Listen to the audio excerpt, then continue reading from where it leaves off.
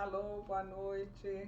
Olá a todos. Boa noite, professor Milton. Muito bem-vindo ao Base. Aliás, muito bem-vindo à casa é uma espécie de pleonasmo, né? Porque com muita honra o Milton está conosco desde o início. Então, boa noite, professor. Boa noite. Para mim é um prazer estar aqui hoje no Base com você. Em primeiro lugar, muito obrigado pelo convite, por participar dessa conversa aqui com o pessoal. Tá? É realmente uma honra, professor. Então, a maioria de vocês seguramente conhece o professor, ele dispensa comentários e elogios e explicações. E para quem não conhece o Base, fica o convite de visitar não só aqui o nosso perfil no Instagram do Base Filosofia, como a nossa conta no YouTube, né, o nosso canal e o nosso site. Tudo se chama Base Filosofia, o nosso podcast é fácil de encontrar. E o professor também pode dar os endereços de mídia social, né? Qual é o perfil de Instagram, Facebook? Faz seu merchandising. E o meu Instagram e o Facebook também. Tá bom? E como que é? Qual é o endereço? É pelo meu nome, Milton Meira do Nascimento. Milton Meira do Nascimento. Então, é fácil achar. Então, vamos lá. Fazendo já o início do nosso bate-papo, o tema, o professor fala, quem sou eu? Fala você, Milton, por favor, que é a representação. Diga lá, sobre o que é que nós vamos conversar. Bom, hoje nós vamos conversar sobre a representação política na democracia moderna. Exatamente porque nós modernos escolhemos a forma de representação como um dos elementos mais importantes para se exercer esta forma de governo, que todos consideram a melhor de todas, né? Que é a democracia. Daí o nome, então, democracia representativa, que é a maneira como os modernos, né, encontraram para exercê-la, diferentemente da democracia antiga, que tinha como prática um exercício direto. A nossa forma é pela maneira indireta, uma ação por intermédio dos representantes. Então, isso é interessante, tem desdobramentos que nós vamos ver a seguir.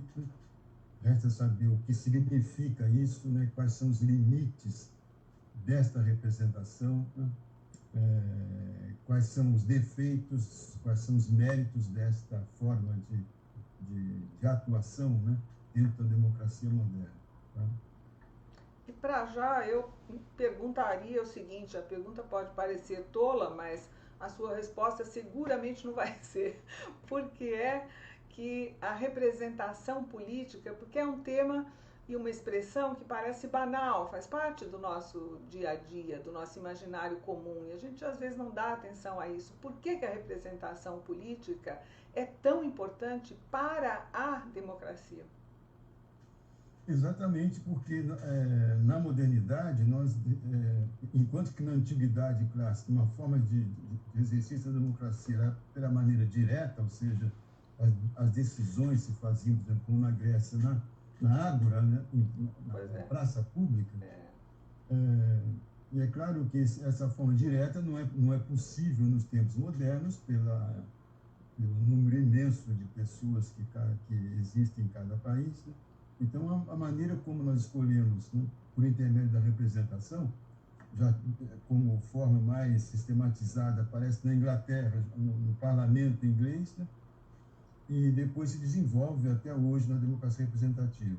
Por que é importante? Porque na democracia, cada pessoa, cada grupo precisa estar representado, precisa ter a sua voz, né, ouvida, né? Então, hoje, de propósito, eu coloquei como sorteio, né, o livro O Homem e o Rio, né, que é um livro do Evaldo Becker e da Michele Amorim Becker, né, que trata exatamente daqueles que estão excluídos, né, deste processo, que são os homens, os índios da região ribeirinha do São Francisco e os quilombolas também, né? Então, agora, quem é que fala em nome deles? Quem é que fala em nome dos indígenas? Quem é que fala em nome dos quilombolas, né? Então, é como se fosse aquele grupo de indivíduos que está fora do sistema de representação. Por outro lado, a prática democrática, né, ela exige que todos estejam contemplados, né? Nós temos as minorias contempladas, né, as mulheres contempladas, e sem falar que as mulheres foram aos poucos, né, adquirindo o direito, não tinham nem direito de votar, né, há muito pouco tempo atrás, né? Então, nós vamos vendo que a representação feminina hoje ainda é muito pequena em relação à representação masculina, assim que há cota e a cota nem chega a ser preenchida, né? Então, nós vamos desenvolvendo cada vez mais prática por intermédio do representante e na medida em que a sociedade precisa estar representada, precisa estar contemplada, precisa ter voz. Quem é que vai falar em nosso nome, né, no plano político? Por que isso?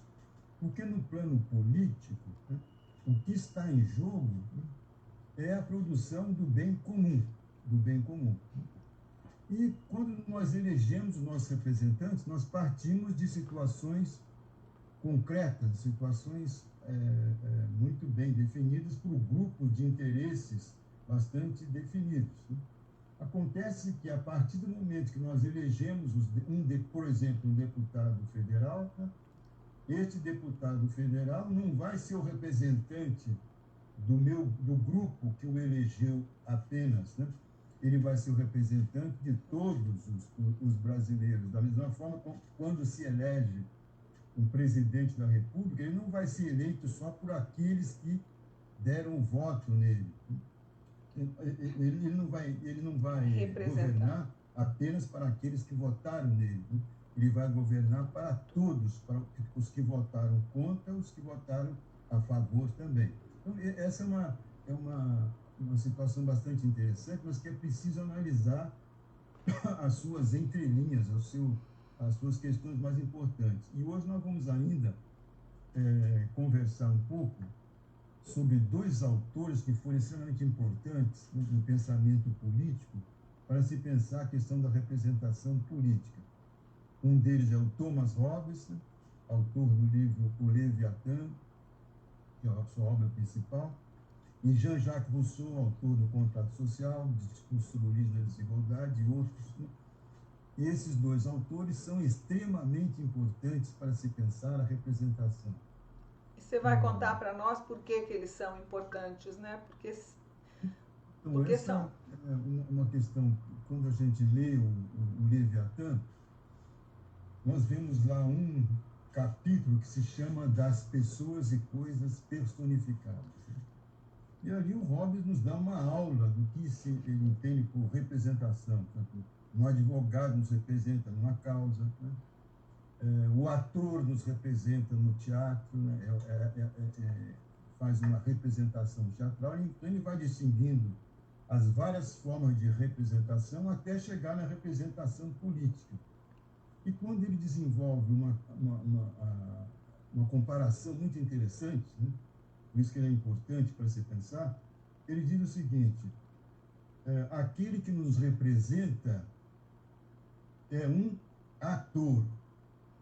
E este ator, né, recebe sua autoridade da nossa parte, ou seja, aqueles que o elegeram lhe conferem autoridade e ele assume a figura de um ator. O que significa isso? Significa que tudo aquilo que esse indivíduo estiver fazendo, como um ator em palco, né, ele está representando todas as ações daqueles que o elegeram. Vamos caracterizar um pouco melhor, né? É claro que no caso do ator, ele representa uma personagem que foi desenvolvida por um escritor, que é o autor que deu vida àquele personagem, né? E o ator, por sua vez, está ali sendo uma pessoa diferente da sua pessoa natural, ele vai se transformar, por exemplo, no Macbeth, no Hamlet. Então, ele vai se transformar na figura que é a personagem que ele precisa representar, né? Então, e qual é a relação que tem isso com a política? Na política, né, o nosso representante, de quem que ele recebe a autoridade? De nós que o elegemos, né?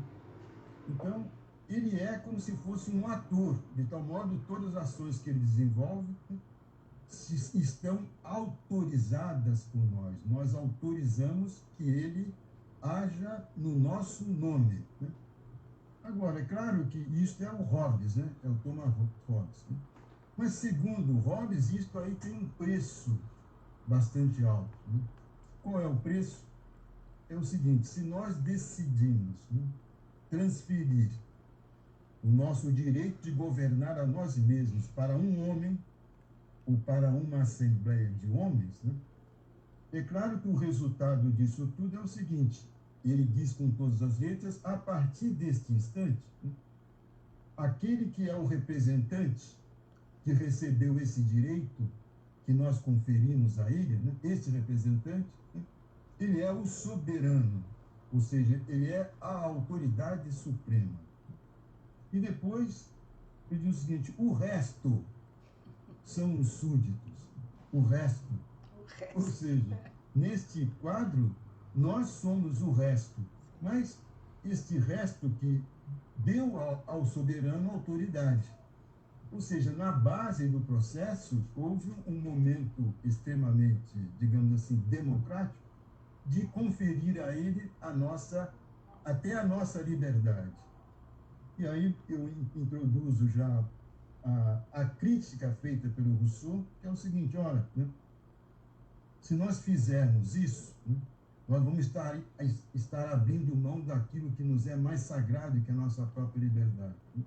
Ou seja, quando nós transferimos, né, o nosso direito de governar a nós mesmos a um homem, uma assembleia de homens, isso significa dizer que nós não temos mais liberdade. É bom aqui distinguir duas questões, né? Nós estamos falando, neste caso, da liberdade política, que é o direito de participar intensamente nas decisões. E nós já estamos cansados de saber que a democracia, o regime democrático, é o regime de todas as liberdades individuais, né, sobretudo, e da liberdade política também.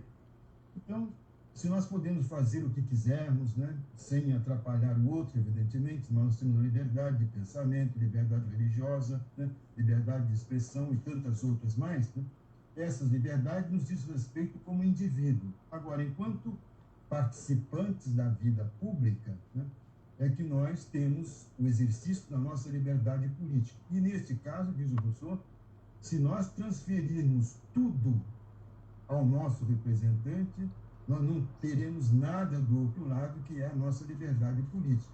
Então, isso tem um preço alto. Dito de outra maneira, é o seguinte, né, o modelo da democracia representativa, né, ele é essencialmente hobbesiano, ou seja, está muito bem encaixado na teoria hobbesiana da representação. Porque o representante passa a ser tudo, né, o representado praticamente nada, né, nada no seguinte sentido: uma vez que ele transferiu, agora ele não tem mais nada o que fazer. Então, essa crítica que o Rousseau vai desenvolver diz o seguinte: ele trabalha num outro sentido de tentar recuperar, né, cada vez mais essa nossa liberdade política, que era muito semelhante, que era exatamente a liberdade dos antigos, né? Os antigos tinham essa forma de participação direta, decidiam as coisas na praça pública, né, e depois executavam aquilo que eles tinham decidido. A democracia representativa moderna herdou dessas duas fontes, né, de Hobbes e de Rousseau, muitas práticas. Por quê? Porque quando nós apenas elegemos os representantes, o representante ocupa o nosso lugar, nós estamos procedendo como se fosse em Hobbes. E quando nós, né, atuamos, né, diretamente na tomada de decisões. Por exemplo, nós votamos propostas, né, nós votamos sobre temas e não sobre pessoas, né, aí nós estamos assumindo uma forma de exercício direto da democracia. Quando se faz um plebiscito, quando se faz um referendo, né, nós estamos agindo diretamente. E quando nós elegemos o nosso representante por intermédio das eleições gerais, aí somos nós robesianos. estamos procedendo da maneira robesiana. Só que, Oi? você ia acrescentar alguma coisinha? Não, é que falei em voz alta, desculpe. Pensei em voz alta. Desculpe. Então, nesse processo das duas matrizes, a robesiana e a rousseauiana, né, nós vamos encontrar essas duas práticas modernas de representação. Né? Então, é claro que qual seria, então, o limite maior, né, dos representantes? Na tradição do pensamento político existiam duas formas de representação. Uma é aquela em que o representante é totalmente independente para fazer o que quiser. Ou seja, como em Hobbes, você transfere tudo ao representante e depois você não tem mais nada para reclamar.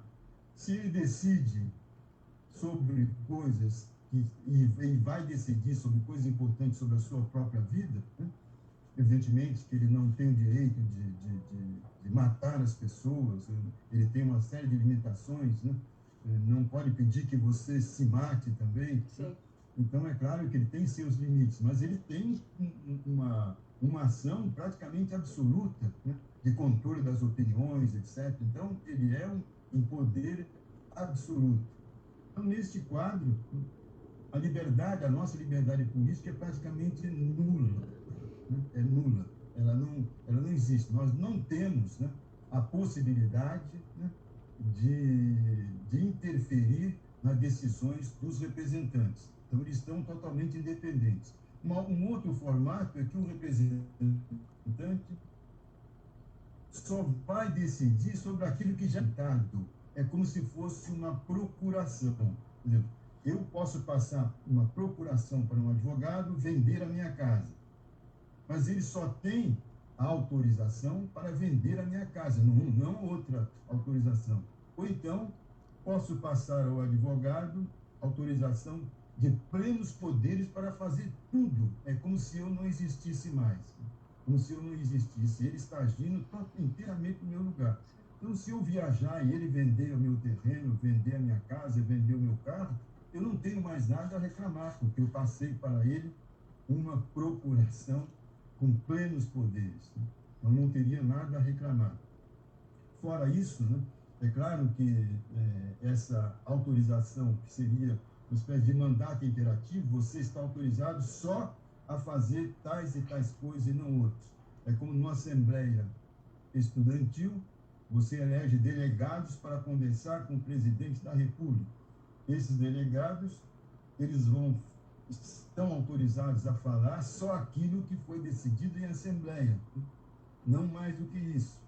Outra forma de representação é que o delegado tem total independência para falar o que quiser, né, quando quiser e a hora que quiser, né, de tal modo que ele fica livre, né, ele está autorizado, então ele faz o que quiser na hora. Se ele quiser fazer um acordo que não estava combinado antes, ele pode fazer. Então, essa é a forma que ele tem. Então, a outra não, a outra tem os seus, ela tem, como é que se diz? Quando a procuração é direcionada, ele está limitado pelo texto da procuração. O que diz a procuração? Você pode vender a minha casa e não pode vender o resto.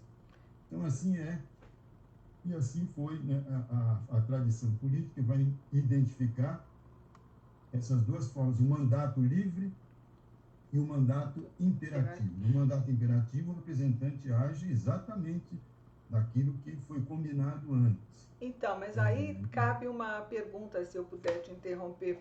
Os representantes, afinal, eles devem ter autonomia relativamente aos representados ou eles devem tomar decisões justamente no que concerne ao mandato imperativo?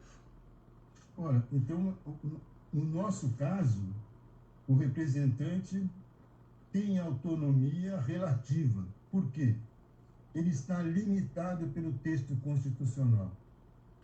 A Constituição vai limitar a ação do deputado, ele não pode fazer tudo, né? Também o presidente está limitado pela Constituição. Então, existe esse limite, que é, na verdade, uma origem de tradição russoísta, ou russoniana, né? Que é o seguinte: a Constituição deve expressar a vontade pública, que o Rousseau chamava de vontade geral, né? Essa vontade pública é aquilo que nós queremos. O que nós queremos como nação, como povo, deve estar expresso na nossa Carta Constitucional. A partir desse momento que nós expressamos a nossa vontade, aí nós vamos para o outro passo, que é realizá-la, executá-la, né? Nesse processo de execução é que nós elegemos os representantes. O Rousseau usava uma seguinte expressão: os representantes são apenas comissários do povo. O que significa ser comissário do povo? Os representantes são funcionários do povo. Eles não devem agir independentemente ou em causa própria. Eles só podem agir como representantes em nome do povo. Então, eles são comissários. Eles não têm autonomia para fazer o que bem entendem. Então, essa coisa que nós modernos fomos instituindo, né, que é a elaboração de uma Constituição, é exatamente para ter, se foi ou não, é outra história. Por exemplo, a nossa Carta Magna, a nossa Constituição de 88, né, ela foi feita pelo próprio Congresso Nacional, né? Ela não foi uma Constituição eleita livremente e tal pelo povo. Então, mas, de uma maneira capenga, ela expressa a vontade pública. Né? Ela expressa a vontade pública. Mas, se você pode dizer que não é assim, tal como nós queríamos que fosse, mas de certa maneira, a vontade pública, e ela funciona como um freio, como uma limitação ao destempero governamental, né? As bobagens que eles podem tentar praticar não vão conseguir se houver uma defesa rigorosa da Constituição. E para isso existe o nosso Supremo Tribunal, para ser o guardião da Constituição. Sim. Né? Que esse é outro ponto importante, né? Uhum. Então, esse é o ponto fundamental. É fundamental. Se a Constituição expressa a vontade pública, né, é claro que essa vontade tem que ser respeitada.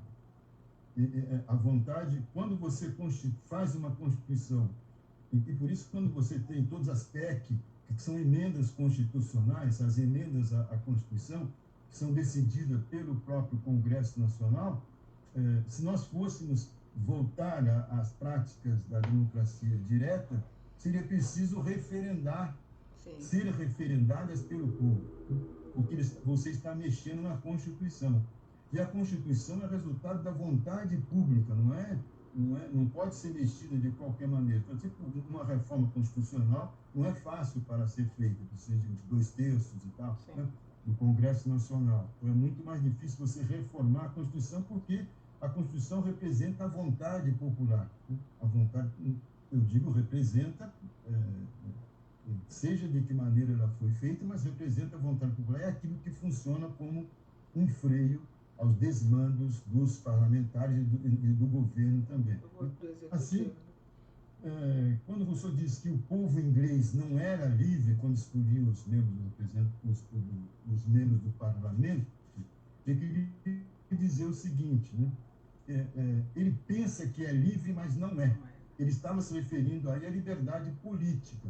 Porque quando você elege um deputado ou um grupo de deputados, né, para representar você, né, você transferiu a ele a sua liberdade. Então, você já não tem mais essa liberdade. Né? Transferiu a ele a sua liberdade. O que ele fizer, né, você autorizou. Então, a nossa liberdade política é ínfima. Se uma Constituição bem feita puder preservar a liberdade dos cidadãos, né, ela terá mecanismos, né, para a atuação política dos cidadãos, né, que serão convidados, né, a se manifestarem quando for o caso de questões cruciais. Então, em vez de o Congresso assumir para si uma reforma constitucional, qualquer reforma constitucional precisa ser referendada pelo povo, senão ela perde a sua legitimidade. Esse referendo popular é uma forma direta de ação. Então, é preciso combinar duas coisas, né? O exercício, o voto, né, nas pessoas, né, e o voto naquelas questões que são fundamentais para a República. São aquelas questões constitucionais, né, que estão na Constituição. Então, se houver uma reforma, você precisa chamar a população para dar o seu voto de referendo, né, para ter legitimidade. E assim, pode-se combinar as duas coisas. Não se trata, por exemplo, de chamar toda hora o povo para se manifestar. Não. Naquelas questões que são fundamentais, o povo tem que se manifestar. Mesmo porque a responsabilidade pelas grandes mudanças, pelas grandes questões, né, não pode se restringir ao presidente ou ao Congresso Nacional. A responsabilidade tem que ser dos próprios cidadãos. A Inglaterra não decidiu pelo Brexit, pela saída da União Europeia. Se ela vai pagar o preço, quem é o responsável? Todo mundo. Não é o primeiro-ministro, não é a rainha da Inglaterra responsável. É o povo inglês, né, que é o responsável por essa decisão. Então, você tira um pouco o peso, né, que cai de uma maneira tão fortemente, né, na figura dos nossos representantes e transfere responsabilidade, né, para aquele que vota, para o cidadão, né? Ou seja, o cidadão tem uma responsabilidade muito grande quando vota sobre pessoas e quando vota sobre questões, né, sobre temas importantes da sociedade.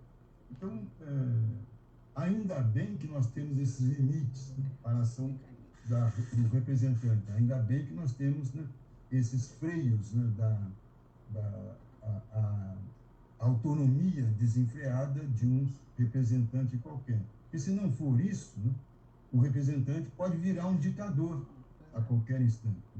O Donald Trump quase se tornou um ditador. Passou perto. Então você tem, e numa democracia que é considerada o modelo de democracia no mundo, você percebe que em certos momentos ela manifesta uma fragilidade enorme, Então, você pode atropelar a Constituição. Um maluco qualquer pode atropelar a Constituição. Ele pode passar por cima de todos. E se tiver o aval e o Trump tinha um apoio, uma boa parte da sociedade americana, né, que botou nele, inclusive. Tinha e tem, né? Tinha e tem. Mas você está falando disso e eu estou aqui pensando que você explicou de maneira tão simples e tão profunda aquilo que a gente aprende e que muita gente acaba, às vezes, não entendendo quando não é, né, das humanas, não é, da filosofia, enfim, que é a questão da alienação e do pacto social. Esse mecanismo do qual você está falando é central se nós pensarmos que no momento em que o povo vota, ele faz o que o Hobbes chamou de alienar o seu poder. Fala um pouquinho sobre isso, a questão da alienação na elaboração do pacto social. Então, em Thomas Hobbes, né, a fórmula do contrato, do pacto social, tanto para Hobbes, para Rousseau e para outros autores do século XVII e XVIII, Sim. A base de formação do Estado é um contrato social, ou seja, um pacto social. Então, segundo Thomas Hobbes, o fundamento desse pacto é o seguinte: ele diz, eu cedo e transfiro o direito de governar a mim mesmo a este homem ou a esta assembleia de homens com a condição de que todos façam o mesmo. Sim. É a mesma coisa dizer o seguinte: você está de acordo em transferir o seu direito a esta assembleia? você também está, você está, todos nós estamos, então vamos fazê-lo, vamos transferir. E assim, cada um aliena, ou seja, transfere a sua liberdade, o seu direito de agir e de tomar decisões em seu próprio nome, para um homem só, se for um rei, ou se for uma assembleia de homens, se for uma aristocracia qualquer. E assim, do lado de cá não sobra nada. Ele alienou tudo, toda a sua liberdade. E qual é a garantia que ele recebe? Dirá o Hobbes, a segurança. A segurança. Né? Mas o Hobbes tem um outro lado, o seguinte, o que vocês preferem? A guerra generalizada de todos contra todos, né? Ou um poder que seja tão forte que tenha sempre a espada no pescoço de cada um? Então, vocês façam uma escolha. Vocês, se querem viver sem esse poder forte, né, vocês têm que sofrer as consequências da guerra civil, da guerra generalizada. Né? Se querem paz, tranquilidade, ciência, filosofia, artes, comércio, etc., tem que ter um poder forte, né, que mantenha sempre a espada no pescoço de cada um. Então, a alienação é uma alienação que se faz em favor do representante. Né? Em favor do representante. E não sobra nada do outro lado. Né? Sobra o quê? A vida de cada um naquilo que tem de preservação da sua segurança como pessoa individual. Né? Isso aí resta. Né? Mas esse aí, ele não vai ter voz ativa nenhuma nas decisões tomadas. Né? Também as suas opiniões serão sempre as opiniões que sobressaem, são as opiniões do poder do soberano representante. A crítica do Rousseau é o seguinte: nós não podemos alienar a nossa liberdade para ninguém. Nós não podemos transferir a nossa liberdade para ninguém, porque isto é coisa de escravo. E depois nenhum povo seria tão louco de se alienar completamente para um outro, entregando toda a sua liberdade em favor de um terceiro. E aí eu insisto com vocês o seguinte: a nossa democracia representativa é isso. Pode ser que eu esteja forçando a barra um pouco. Não, tá não. A democracia representativa, nós transferimos, né, esse poder aos nossos deputados e representantes em geral. Né? E sobrou o que do nosso lado? O que nós fazemos? Né? Nós ficamos esperando aquilo que acontece no palco do poder. Né? É como se fosse uma representação teatral. Brasília é um teatro. Né? Brasília é um palco. É um palco. Um palco que desenrola uma peça teatral. E nós ficamos aqui vendo, vaiando e aplaudindo. Né? Mas não temos o poder de participar da cena. Né? Aí vem mais uma vez o porquê Rousseau é importante. Né? Rousseau dizia o seguinte: na vida política, na ação política, a prática democrática é como uma festa pública. E na festa cívica, você não está num palco fechado olhando a cena se desenrolar. Na festa pública, cada um é ator. Cada um é ator. Cada um se faz presente com aquilo que ele acha, vai dançar, vai cantar. Né? Mas ninguém está olhando para um lugar fixo do poder. Né? Se na democracia o poder está disseminado em toda parte, né, cada um, numa festa, a festa pública, a festa cívica, é exatamente o paradigma da prática democrática, né? A festa pública, porque aí você não tem um lugar para se olhar. Agora, claro, isso pode ser, evidentemente, acontecer em algumas fazendas, né? Ou então em alguns momentos idílicos, como se fosse uma espécie de miragem, né? Mais uma utopia, evidentemente, né? Que seria essa grande festa cívica. Mas ele quer mostrar a diferença dele em relação ao Hobbes. Né? Você não pode alienar-se, né? Você não pode transferir a sua liberdade ao representante. Né? É preciso que você preserve a sua liberdade. Para preservar a sua liberdade, você tem que agir Você tem que ser um ator da política.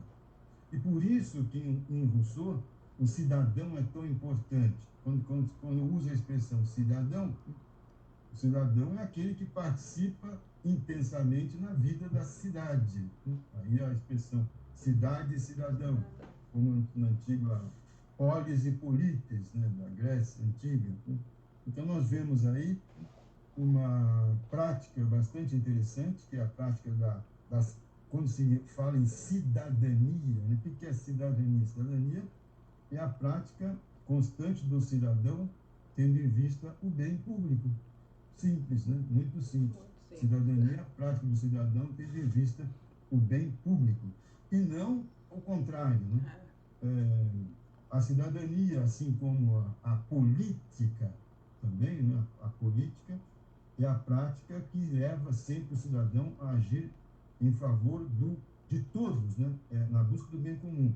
Ao contrário da prática que desenvolve uma ação em favor do interesse particular. As coisas são totalmente conflitantes.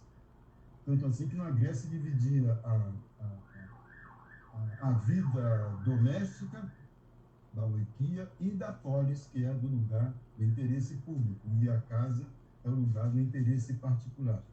E como no mundo moderno nós temos uma confusão completa entre o público e o privado, Total. é claro que a ação política se torna cada vez mais complicada. Por isso que quando o deputado se elege deputado, dentro da nossa prática política, ele se considera como tendo uma oportunidade sem precedentes dele trazer para o seu lado todos os seus amigos e tal, né?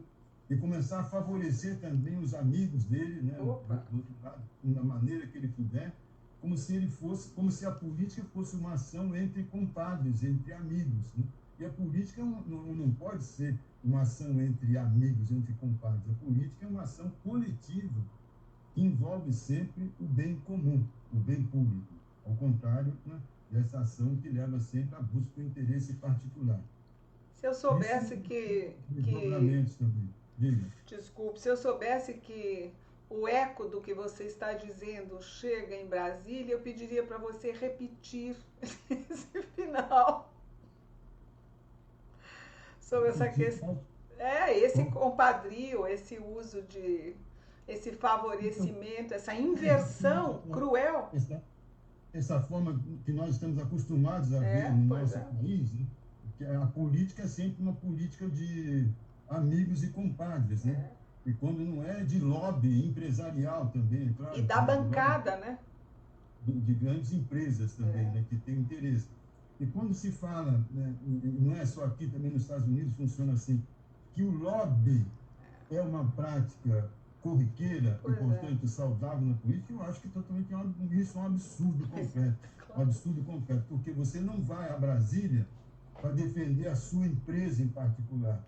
Você não vai a Brasília para defender só o seu estado. Você vai a Brasília pensando muito mais alto, né? Porque o problema do seu estado, no caso da pandemia hoje, o problema de cada estado não é só exclusivamente do estado X, Y, Z. Não, é de todo o Brasil. Todos nós estamos às voltas com um problema que é o problema da pandemia. Então, o que falta hoje como controle da epidemia por parte do governo federal, né? Aí os estados começam a encontrar mecanismos para tentar correr atrás do prejuízo depois que a boiada já passou há muito tempo. O estrago já foi feito e nós estamos correndo atrás do prejuízo. Agora, veja só, né? Como se trata de uma política de compadria, então a política é sempre feita. Você vai trabalhar o quê? Eu vou dar dinheiro para quem produz cloroquina.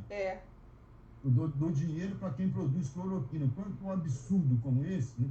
De você empregar o dinheiro, que era dinheiro para combate à pandemia, na produção de cloroquina, para favorecer uma empresa que produz esse medicamento. Então, nós temos aqui a própria política do compadrio, a política desse formato, né, que sempre traz o interesse público para o interesse particular, para o interesse privado, né, em detrimento da coisa pública. E próprio nome, a expressão república significa res, coisa pública, res pública. né? Então, todos aqueles que trabalham numa república devem estar trabalhando para o interesse público. Por isso, a ideia de representante, e o representante muitas vezes não sabe disso, né? Que o seu papel é exatamente você trabalhar para o bem público, né? Para o bem público acima de tudo, né? Isso significa dizer que a tarefa dele não é apenas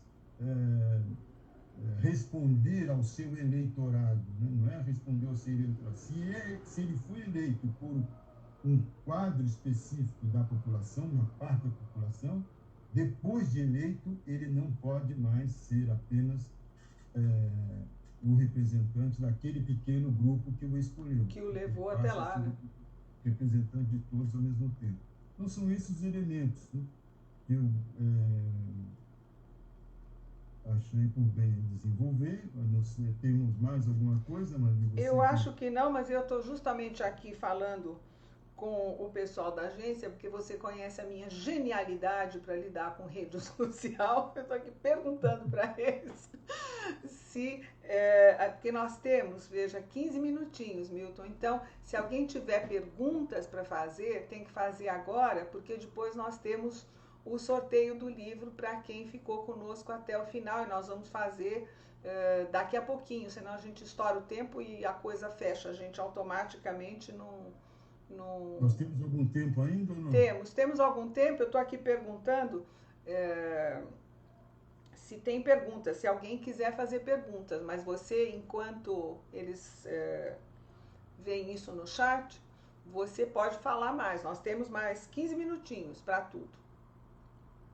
Vamos ver se tiver pergunta, você me interrompe aí. Tá bom. Mas essas questões que nós estamos levantando sobre democracia representativa, quando se trata, por exemplo, né, da prática costumeira no Brasil, sobretudo, né, você diz o seguinte: bom, mulheres não estão representadas, não estão bem representadas, né?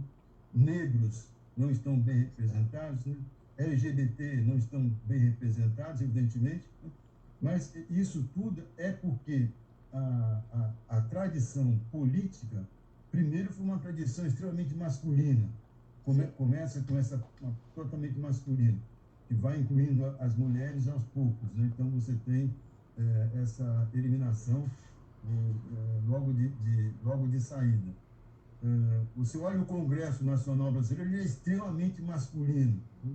O Congresso Nacional nosso, né, no Brasil. E assim todas as Assembleias Legislativas, em todas as câmaras de vereadores, não há nenhuma, não tem havido, pelo menos, um processo crescente de ocupação de cargos, né, das mulheres, sobretudo, não podemos falar dessa dupla, né, homem e mulher, primeiramente, não há essa crescente participação. A abertura das cotas, por exemplo, leva a não preencher todas as cotas. E por que tem que ter cota para as mulheres, né? Devia ser, você vai preencher 30%, aí acabou, não tem mais do que isso. Não, tem que deixar liberado completamente, se tiver 50%, 60%. Né? Então, são coisas que não dá para entender direito por quê. E por falar em cotas, né? Essas coisas de cota é outra história também. Opa! Conversar em outra ocasião. Né? É claro que a cota sempre... se você olha, por exemplo, uma Universidade de São Paulo, quantos negros há na Universidade de São Paulo? Né? Quantos estudantes e professores? A gente sabe que é pouco. Minoria ínfima. Né?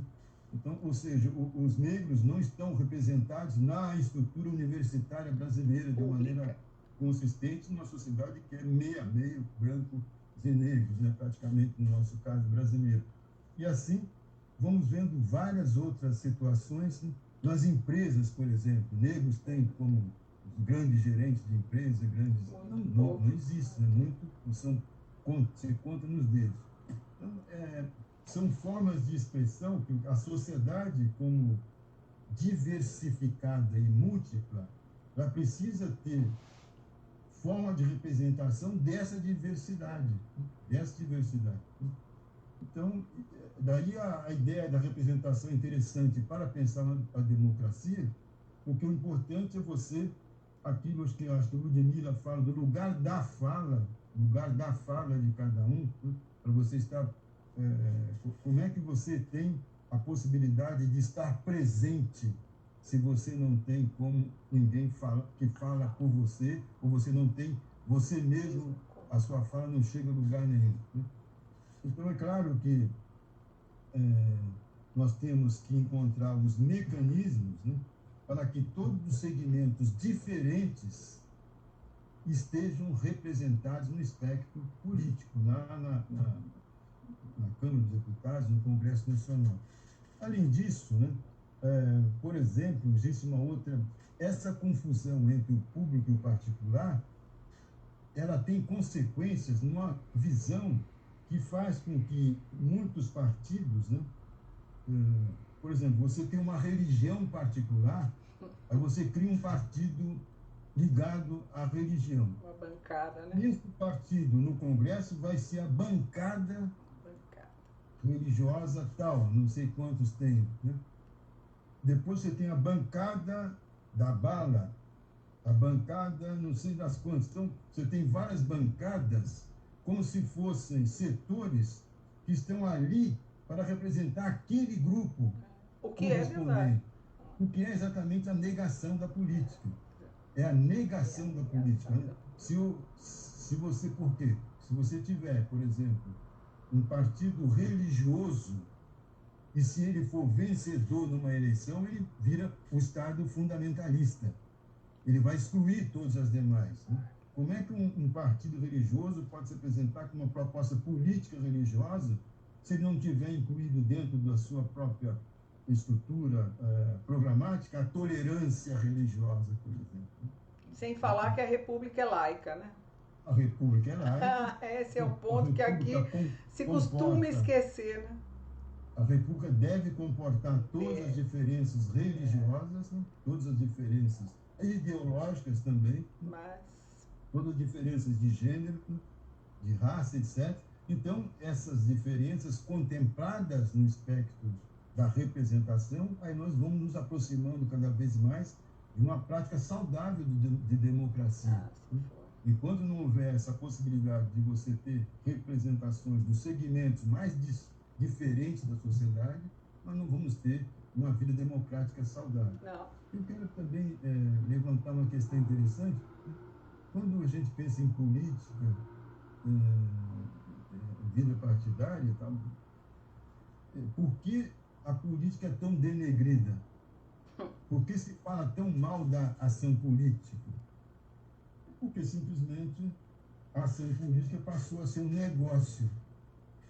Porque a ação política passou a ser um negócio de espertos que favorecem os seus amigos, né? Então, se a política é isso, é algo totalmente detestável. Agora, se a política não é isso, é a busca do bem comum, é a coisa mais importante que nós temos que procurar e correr atrás, né? Então, enquanto, é claro, no imaginário popular, política é trapaça, política é sem vergonhice, política é ladruagem. Baixaria. É tudo de ruim. Isso me lembra a frase do Platão, Milton. Que aqueles que não gostam de política serão governados pelos que gostam. Querido, nossa, tá uma delícia de ouvir, mas nós temos que fazer nosso sorteio, porque essa coisa automática aí da rede social vai cortar nosso tempo. E então eu vou pegar aqui, se eu não fizer nenhuma besteira, eu vou pegar aqui a lista dos participantes para fazer ao vivo e a cores. Se eu fizer alguma besteira, o pessoal da agência, quer ver como é que eu clico, como é que eu saio daqui? Eles me socorrem, porque você sabe como eu sou capaz de fazer bobagem. Você dá risada. Eles dizem assim pra mim, olha, é só copiar e colar. Tá bom, a ideia eu conheço, em todo caso. Então vamos lá. Agora, com os e-mails anotados aqui, tem só um, que vai ser escolhido, evidentemente, e eu vou embaralhar os itens, é assim que está escrito aqui, ou seja, vai aparecer em algum lugar. Cadê? Ah, eles marcaram para mim, porque a minha ignorância. Obrigada, Cris. Olha, o e-mail do sorteado é bcuster09@gmail.com. Vou falar de novo. Me perdoem pela pronúncia, se não for Custer, deve ser Custer09@gmail.com.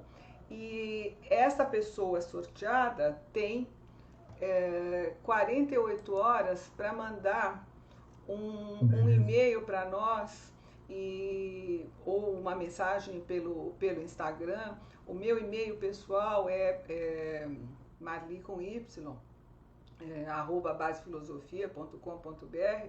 Então você manda para nós, por favor, o e-mail, porque nós precisamos do endereço para mandar o livro pelo correio. E desde já parabéns, porque é um baita livro, né, Milton? Uhum. E muito obrigada a todos os que participaram. Eu não sei se você quer dizer mais alguma coisa, espero que sim.